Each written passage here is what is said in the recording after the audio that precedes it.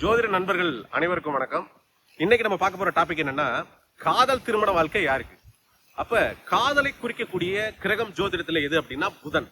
புதன் தான் ஒருத்தரை ஒருவர் தொடர்பு கொள்றது, அன்பு பரிமாற்றம் செய்யறது. அப்ப இந்த முக்கியமான கிரகம் புதனாகிய கிரகம் சுக்கிரனுடன் சேரும் போது, ஏன் சுக்கிரனோட சேரணும்? சுக்கிரன் தான் எதிர்பாலினம். அப்ப ஆணுக்கு பெண்ணும் பெண்ணுக்கு ஆணும் சொல்லக்கூடிய எதிர்பாலினம் என்பது சுக்கிரன். அப்ப புதனும் சுக்கிரனும் இந்த பாக்ஸ பாருங்க, இதே போல ஏதாவது ஒரு இடத்தில் ஒன்று சேர்ந்து ஒன்னா இருந்தாலும், அல்லது புதனுக்கு 3ஆம் இடத்திலோ அல்லது புதனுக்கு 11ஆம் இடத்திலோ சுக்கிரன் இருந்தால் உங்களுக்கு காதல் வாழ்க்கை கைகூடுவதற்கு ஒரு வாய்ப்பு உள்ளது. அதே போல குருவும் சுக்கிரனும் ஒண்ணு சேர்ந்தா, குரு சுக்கிரன் ஒண்ணு சேர்ந்தாலே ஒரு காந்தம் போல எதிர்பாலினத்தை நோக்கி ஈர்த்து கொண்டே இருப்பாங்க. அவங்க கருப்பா இருக்கிறாங்க, சிவப்பா இருக்கிறாங்க, உயரமா இருக்காங்க, குட்டையா இருக்காங்க, அழகா இல்ல, அழகா இருக்கிறாங்க, எந்த காரணிகளுக்கும் அப்பாற்பட்டு அந்த எதிர்பாலின ஈர்ப்பை ரொம்ப ஏற்படுத்தும். அப்ப குரு சுக்கிரன் சேர்க்கை உள்ளவங்க அதிகப்படியாக காதல் திருமணம் அப்படி செஞ்சுக்கிறாங்க. சில பேர் ஜாதி மதம் கடந்த கலப்பு திருமண வாழ்க்கையை ஏற்படுத்திக்கிறாங்க.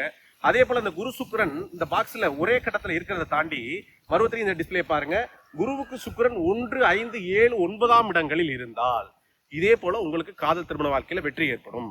இதே போல காதல் திருமண வாழ்க்கையில சில பேருக்கு ஒரு தோல்வி அடையுது. அப்ப தோல்வி அடைகிறதுக்கு காரணம் என்ன? புதனுக்கு பக்கத்துல இருக்கக்கூடிய கிரகங்கள், சுக்கிரனுக்கு பக்கத்துல இருக்கக்கூடிய கிரகங்கள் வக்ரம் பெற்றால் காதல் தோல்வி ஏற்படும். அப்படி நான் சொல்லக்கூடிய கிரக இணைவுகள் இல்லாம இருந்தா நீங்கள் காதலில் ஈடுபட்டால் உங்களுக்கு தோல்வி உறுதி. நகைச்சுவை சொல்லப்போனா விபூதி அடிக்கிறான்னு சொல்லுவாங்க. அதுல இப்ப நமக்கு ஏமாற்றம் நடக்கும். அப்ப பெண்ணால் ஒரு ஆணுக்கு நடக்கலாம், ஒரு ஆணால் பெண்ணுக்கு நடக்கலாம். அதுல நமக்கு இந்த காதல் வாழ்க்கையில பிரிவுகள் தரலாம். அப்ப இந்த இணைவுகள் இருக்கவங்களுக்கு மட்டும்தான் காதல் வாழ்க்கை வெற்றி பெறும்.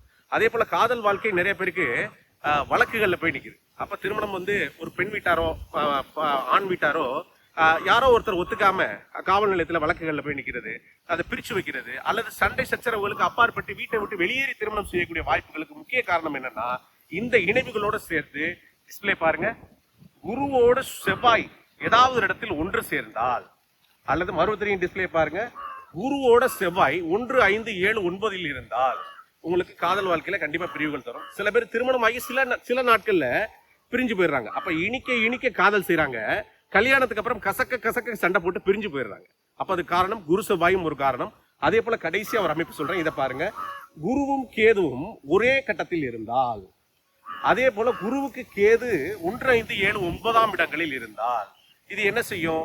அப்ப தன்னுடைய வயது மூத்த பையனை ஒரு பெண் திருமணம் செஞ்சுக்கிறது, அல்லது தன்னுடைய வயது பையனுக்கு 35 இருக்கும், பொண்ணுக்கு 20 வயசு இருக்கும், தன்னுடைய சின்ன வயசு பொண்ணை திருமணம் செஞ்சுக்கிறது. இந்த போல மாறுபட்ட வயதுடைய திருமண வாழ்க்கை ஏற்படுறது.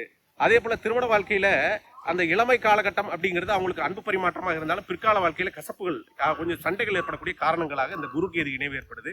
இந்த குரு கேது இணைவு அப்படிங்கிறது பிற மதம், அதே போல தன் சொந்த பந்தங்களுக்கு அப்பாற்பட்டு பிற கலப்பு திருமண வாழ்க்கையை, சாதி மறுப்பு திருமண வாழ்க்கையை ஏற்படுத்தக்கூடிய போக்குகள் எல்லாமே இந்த குரு கேது இணைவால் ஏற்படுகிறது. அப்ப இதையெல்லாம் புரிந்து கொண்டு உங்கள் காதல் வாழ்க்கையில் நீங்கள் இன்பமாக வாழ்த்துக்கள்.